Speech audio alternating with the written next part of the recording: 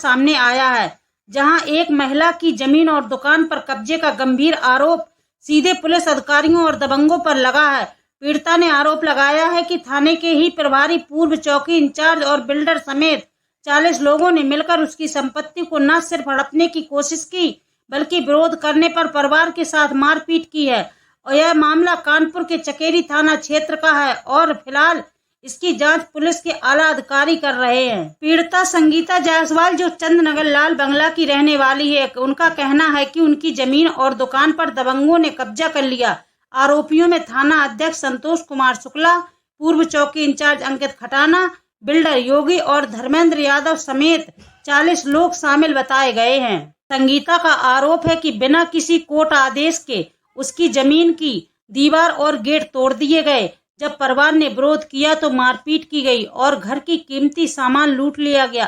पीड़िता ने यही भी बताया है कि करीब 1.5 करोड़ रुपए का माल, 6 लाख रुपए के जेवरात और यहाँ तक कि एक मवेशी तक गायब कर दिया गया। यह जमीन विवाद कोई नया नहीं है। संगीता जायसवाल के मुताबिक जमीन को लेकर 2023 से ही निचली अदालत और हाई कोर्ट में मुकदमा लंबित है। मामले में अभी तक अंतिम फैसला नहीं हुआ, लेकिन इसी बीच आरोपियों ने जबरन कब्जा कर लिया। हाई कोर्ट के आदेश के बाद पुलिस को मजबूरी में कार्रवाई करनी पड़ी और आरोपियों के खिलाफ डकैती, जबरन घुसपैठ और तोड़फोड़ समेत गंभीर धाराओं में मुकदमा दर्ज किया गया।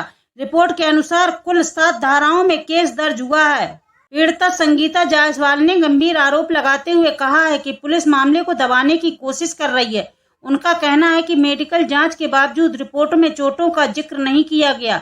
उसके उलट पुलिस ने उनके परिवार के खिलाफ ही शांति भंग की कार्रवाई कर दी। संगीता ने यह भी दावा किया है कि आरोपी दबंग आए दिन आधी रात को उनके गेट पर धमकाने पहुंचते हैं और महिलाओं के साथ बदसलूकी करते हैं। पीड़िता का कहना है कि इस पूरे प्रकरण में निष्पक्ष कार्रवाई नहीं की जा रही है और उन्हें लगातार मानसिक प्रताड़ना झेलनी पड़ रही है।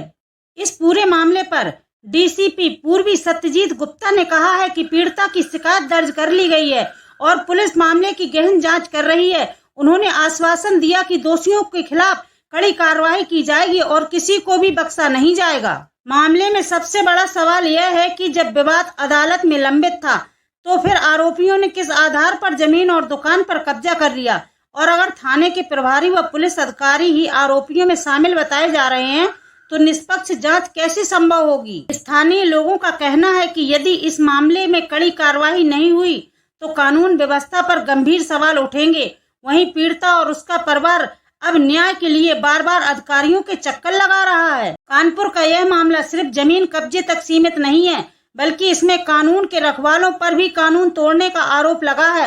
हाईकोर्ट के आदेश के बावजूद यदि निष्पक्ष जांच नहीं होती तो यह सिर्फ पीड़िता के लिए बल्कि पूरे सिस्टम की साख पर भी सवाल खड़े कर देगा। यह देखना है कि पुलिस उच्च स्तर पर इस मामले में कितनी सख्ती दिखाती है और पीड़िता को न्याय दिलाने में कितनी गंभीरता से काम करती है। आप इस घटना के बारे में क्या सोचते हैं? अपनी राय हमें कमेंट पर जरूर बताएं।